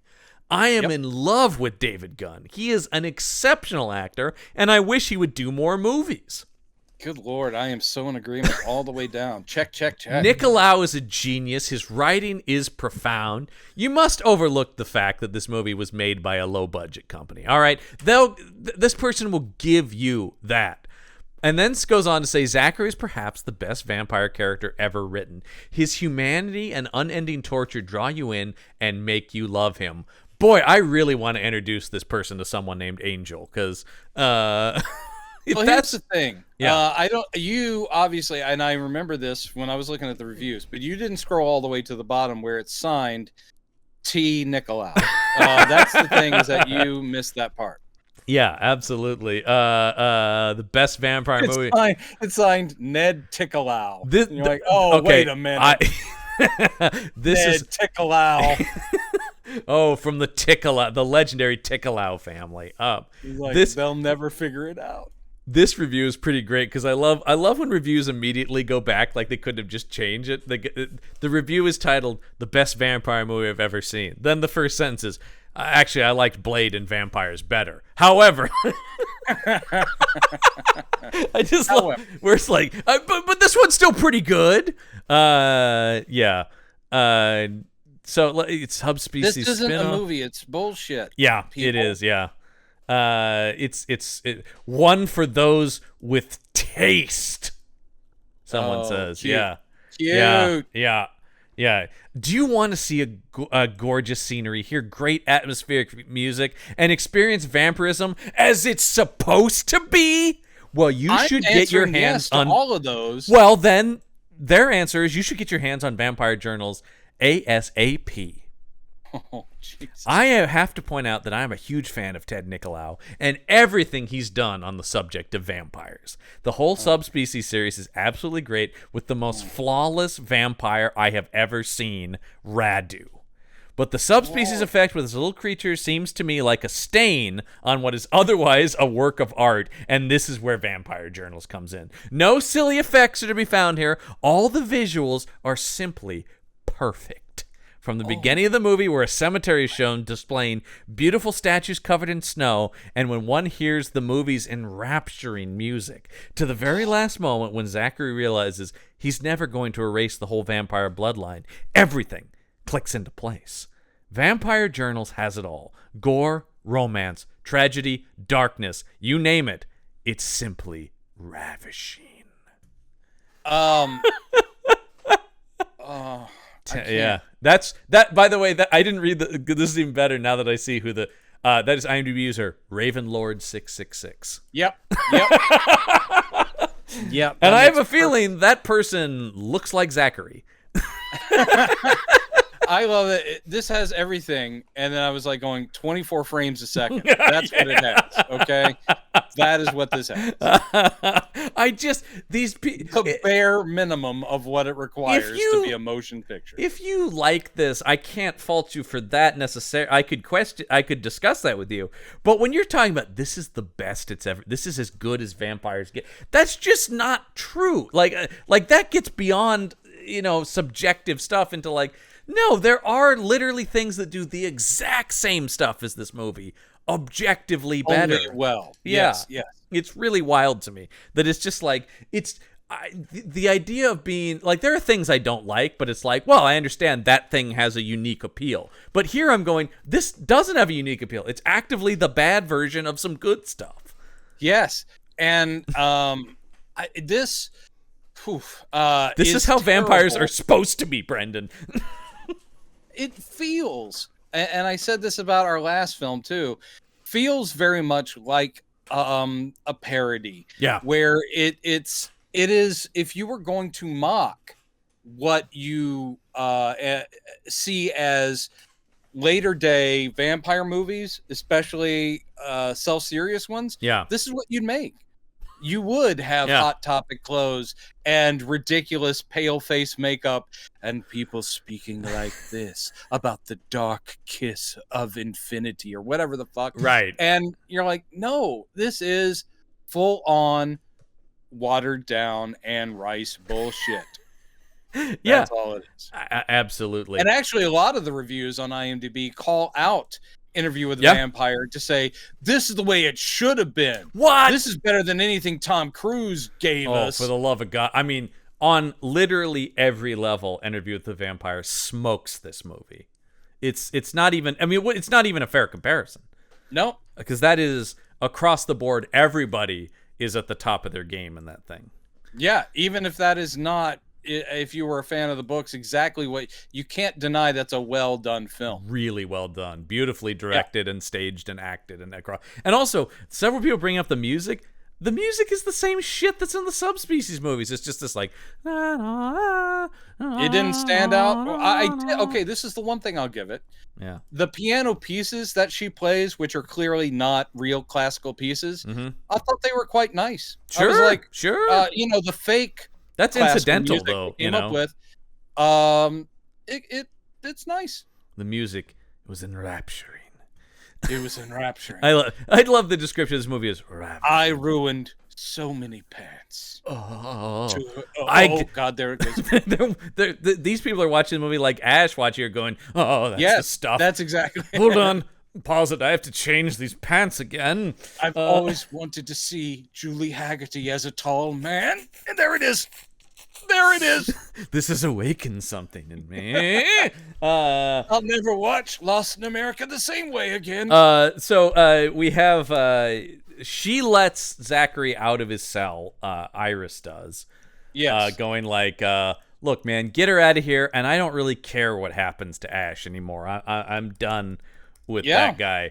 And then we haven't mentioned this riffraff looking guy. That's the other vampire hanging around here with the dark circles around his eyes. I only bring it up here because I do want to talk. There's just another vampire around. He doesn't do anything. Yeah. But he's when Zachary is escaping, this guy is just he doesn't even like fight him. He's just like he's coming out of his room going like, huh? Oh no. And Zachary gets him on the ground and he goes, I didn't have a blade, but I took him out as best I could. And then they do this effect where they try to make it seem like he's turning his head entirely around in a 360 neck break. And you're like, that, okay. And he's just like, done, evil vanquished. And so then he runs off. How did people survive their first century? They seem pretty easy to take out. They really are. It doesn't seem to take very much to kill these vampires. Of course, if you have the Sword of Laertes, you've got a lot of power. But apparently, even without it, you can just turn this guy's head around, and that's there you go. And it's done with a thing where it's like close up of the guy with his head being turned, cut back to Zachary, cut to clearly a fake head where it's the back of it turning, cut back to Zachary, cut back, and it's the guy's head going the other way now, completing the 360. So good. Yeah, great, man. I was enthralled. It was right up there with the shadows on the building. It was ravishing. Best vampire movie I've ever seen. Best one. Well, except maybe for Blade or Vampires. I did like those. Okay, those are good too. But this one. I just love that guy going, best one on Earth. Oh, wait, I just thought of two I liked better. Never mind. This is pretty good, though. Also, I don't know if you like this, but then you also like Blade and Vampires. Interesting. Way different. Those movies are similar. They're not similar to this, though. Yeah. Like, if you said, I like this, but I like Interview with the Vampire more, I'd be like, well, yeah, that makes sense. As you should. Yes. But, so, anyway, he's once again, he's too late, though, to save Sophia because she's now drinking from the master. And it's all the same stuff it always is about, now your journey into darkness is complete. Yes. Well, it's getting very Emperor Palpatine. A whole new life is open to you. Whenever I say complete, it comes out as because it's the Emperor, right? Like it's just sort of that sort of thing. Something dark side. Right? I always do the young Skywalker. You don't know the power of the dark side. Yep. It's great stuff. Ash isn't quite that. Oh, I wish we had Ian McDiarmid in this. He would have crushed. He would have made a great vampire, to tell you the truth. Well, because he's basically a great elegant vampire. He would have been one of the great suave old ones. Well, think about the both sides he plays at Palpatine in the prequels and in the other. He does. That's a very vampire-y character, really. Actually. Yeah. I will be following your career with much interest. Yeah. Oh my God! And then of course, can't I learn those things? Not from a Jedi. Yeah. Great stuff, man. You know, the prequels have a lot. The prequels, a lot of them don't work, but there is some great stuff in them. He always delivered. That was one of the best trade-ups as far as getting a better actor in a part. Oh God, yeah. Because he still continues voiceovers and some of the animated he just showed up things. and he was on Obi-Wan, and he was great. Yep. And you're like, you got it from the beginning. You knew exactly how to do that voice. Totally. He's awesome, man. I love that guy. And we saw him. We liked something. Unfortunately, we only briefly saw him in a Hammer movie, very underused. Yeah, it's true. So anyway, while she's now drinking his blood, once again, fucking dum-dum Zachary is trying to sneak up real slow, and he goes to swing. But he's totally going to swing that blade. And he takes forever to reel that thing back. Don't you just... If you're this, I'm coming in there. Number one, you're a vampire. Can't he move quickly, too? Well, it depends on who you ask. It depends on this movie because... Anne Rice vampires, they do move very fast. But this guy moves fast. The Ash moves fast because he's going to dodge this blade here. Yeah, he does. Because he comes up and he gets it in the arm. He misses, he spins around and pulls his head away, and the blade stabs into the guy's arm. And then Ash is like, but he leaves the blade in his arm. Yeah. Like he uses that as like almost a distraction to grab Sophia to get out of there. Because then we get, he leaves behind the mythic sword. He does? And Ash just pulls it out of his arms. And then we're back to last week's movie with this very lame chase. We get another lame chase through the back of Club Muse. Yep. That culminates in not a duel between Ash and Zachary, but instead Ash is going to throw his sword to Cassandra, who will duel Zachary, who has a coat rack as his weapon. Yep. Good God. In a horribly choreographed, very awkwardly performed fight. I was very checked out. It was so like, I swing here, you clang there, we go here. And I was like, Jesus Christ, this is horrible. Or is it great? I don't know, but it ends up with him killing this woman by impaling her with said coat rack. Yep. Not the mythic sword. He doesn't get the sword. And then he doesn't even use the sword really to kill Ash. He just kind of taps him with it, and Ash falls off of a staircase into sunlight and burns. I know. know, it's so fucking stupid. And then he's like, I guess the prophecy has been completed? I suppose. But the wrap-up is basically him and Sophia finding a nice dark place and, tucking down. And he goes, I can protect her, but I couldn't save her from the curse that also haunts me, or what, we'll be vampires together, but I'll look after her as a vampire, and I guess maybe we'll do it or something. But there's, again, no chemistry here. I'm totally going to get some. I did think, though, kind of worked out for him. He does have a vampire girlfriend now. And maybe she'll actually have a conscience like him, and because he kill people except for evil vampires. Well, there was the line from Ash when he was turning her where he goes, "But I will let you keep that soul that makes the music." Oh, I forgot that. He does have that because he goes, "I would never rob the earth of this. You'll just be a vampire musician now," which is you're which just is going to pretty be a cool vampire too. pianist. That's not bad. I will go to all your concerts. I'll totally be there, messing my pants. Ooh, that's the stuff. I will buy the T-shirt. That's right. One T-shirt, please. For Sophia 2023 World Tour. That's please. Right. Oh, this was bad. It's a horrible movie. And then it literally just credit rolls. It does. It just stops. It just stops. Fuck this movie. It's terrible. John, are we ever going to see a good film again? Ever? I don't know, but I'll tell you this: it probably won't be next week. Because next week we start. Vampirella is still worse. Vampirella is still worse. It's more incompetent. Nicolau has a base level of understanding of how to frame a shot, even if it's not good or poorly lit or cheap in some way. But Vampirella was incompetent more than this. Next week we start. The next 2 weeks of the show will be taken up by the 2-part TV movie House of Frankenstein. Ooh. From 1997, which was a surprise to both of us that it existed. Yeah, you discovered this.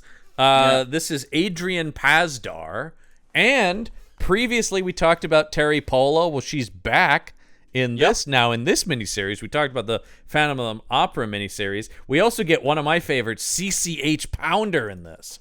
I love me some CCH Pounder. She's always great. Yeah, she is great, and I'm the voice of Amanda Waller, which I love so much. We also get Georgia Fox, who I used to have a crush on CSI. Oh, Georgia Fox! I haven't thought of her in a long time. Yeah, but yes, very attractive lady. Absolutely. So, I have no idea what to expect of this.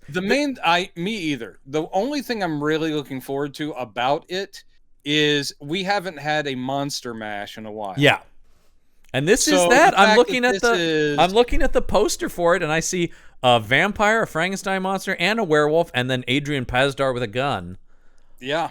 Okay.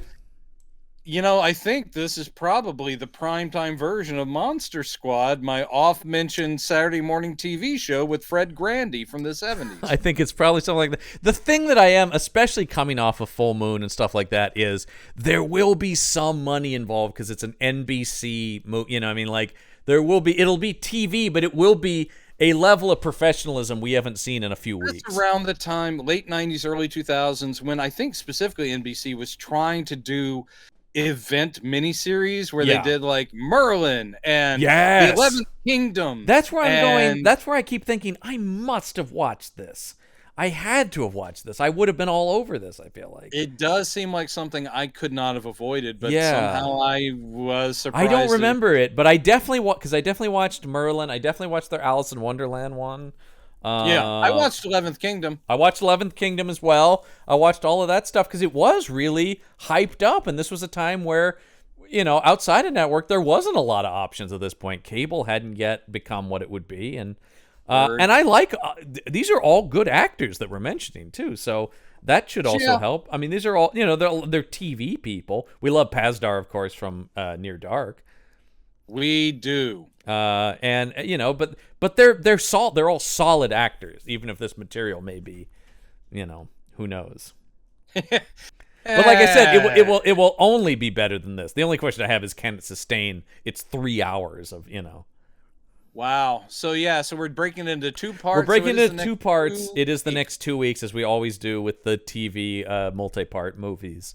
Then we'll get to some better stuff, I think, after that. I hope. God, I hope. I really am hoping to. Oh, not too fast after. Let's just say that. The 90s have been a little rough. The 90s they have some high highs, as I've said before. They have some high highs, but some low lows. Ooh. It's also, I think, for some reason in the 90s, we've cast our net a little wider. Yeah, I mean, we're not doing specifically Dracula movies or Frankenstein monsters, and the Wolfman has always just been werewolves in general. So we're kind of watching a lot of vampire movies. Well, it's like, true, and I will say the net only gets wider from here, man. Oh, great! Because we get the 2000s will bring us more franchises. You promise? I promise many more, because once we start getting into Underworlds and Twilights and all the Wes Craven presents Draculas kind of stuff. Look, before we get to that, and I'm not speaking in general terms, I will start having to do Rocky-esque workouts. I will have to start training my body, mind, and soul to prepare myself for watching this. Yeah, I will hit sides of beef. Yeah, you've got to stay alive. Though I also say there will be more guests next season, but to help us with those. Yeah, I'm trying to get my brother and my nephew on this We show. need to get them on for sure. So that will be coming. By the way, this is an episode longer than the movie because the movie is very short. So, but still a reason. Let's wrap it. Yeah, we're going to wrap it up right here. That's going to do it for this week's episode of Campbell and Jones Meet the Monsters. I'm John Campbell. I'm Brendan Jones. And remember, there are such things as monsters. Don't touch me! Run away! Run away!